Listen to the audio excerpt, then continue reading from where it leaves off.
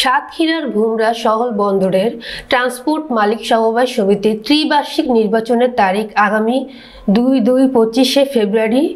বিস্তারিত আব্দুল ওয়াহাবের পাঠানো তথ্য ভিডিও চিত্রে। ভোমরা শহর বন্দরের ট্রান্সপোর্ট মালিক সমবায় সমিতির ত্রিবার্ষিক নির্বাচনের মনোনয়নপত্র জমা দেওয়ার শেষ দিন। জানা গেছে ১২টি পদের জন্য মনোনয়নপত্র বিক্রি হয়েছে ১৬টি। আজ বৃহস্পতিবার জমা দেওয়ার শেষ দিনে মনোনয়নপত্র জমা পড়েছে ১৬টি।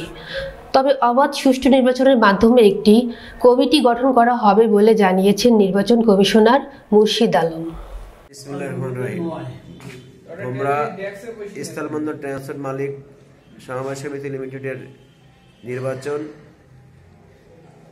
অবাধ, সুষ্ঠু এবং নিরপেক্ষ যাতে হয় সেই জন্য নির্বাচন কমিশন যথাযথ চেষ্টা করছে এবং আগামী ২ তারিখে সুষ্ঠু নির্বাচনের মাধ্যমে ফলাফল প্রকাশ করা হবে।